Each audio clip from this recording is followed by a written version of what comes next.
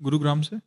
राधे राधे महाराज जी। महाराज जी, गोस्वामी तुलसीदास जी महाराज जी लिखते हैं कि बने तो रघुबर ते बने, बिगड़े तो भरपूर, तुलसी औरन ते बने, ता बनी पे दूर। महाराज जी, किंतु जब उनके जीवन में शारीरिक संकट उपस्थित हुआ तो उन्होंने हनुमान स्तुति की रचना के माध्यम से उन्होंने हनुमान जी से प्रार्थना किया। उन्होंने श्री राम जी से प्रार्थना न करके हनुमान जी की शरण ली। क्योंकि राम जी तक बात पहुंचाने वाले हनुमान जी ही तो हैं।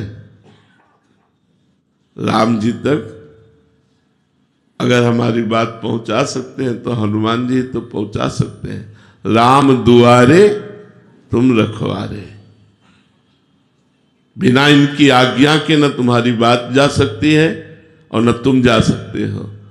अगर भगवान का प्रेम भी चाहिए तो हनुमान जी की कृपा से मिलता है। राम रसायन तुम्हारे पाशा।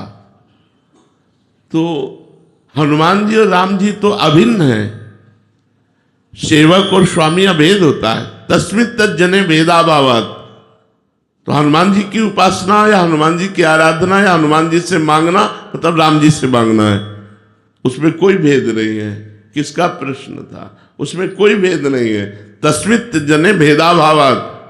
आप हमसे बोलो या इनसे बोलो, बात एक ही होगी, लेकिन हमारी तक बात पहुंचाने के लिए इनको बात बोलनी होगी।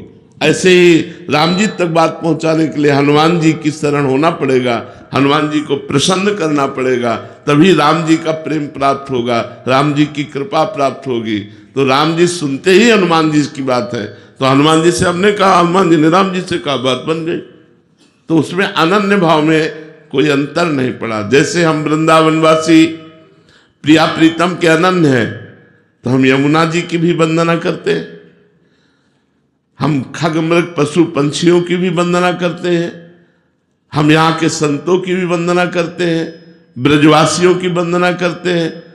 तो ये थोड़ी हुआ कि हमारी अनन्यता में कोई फर्क हुआ। हम अनन्य ही है। हमारी श्री जी की बन के एक खगमृग पशु पंछी है, हमारी श्री जी की सखी यमुना जी है, हमारी श्री जी के घर के ब्रजवासी है, हमारी श्री जी के प्रेम में डूबे हुए रसिक जन है। तो श्री जी से संबंध रखने वाला श्री जी से अभिन्न माना जाता है। उसका आदर करना, अपने इष्ट की अनन्यता में कोई अंतर नहीं है। समझ पाए आप?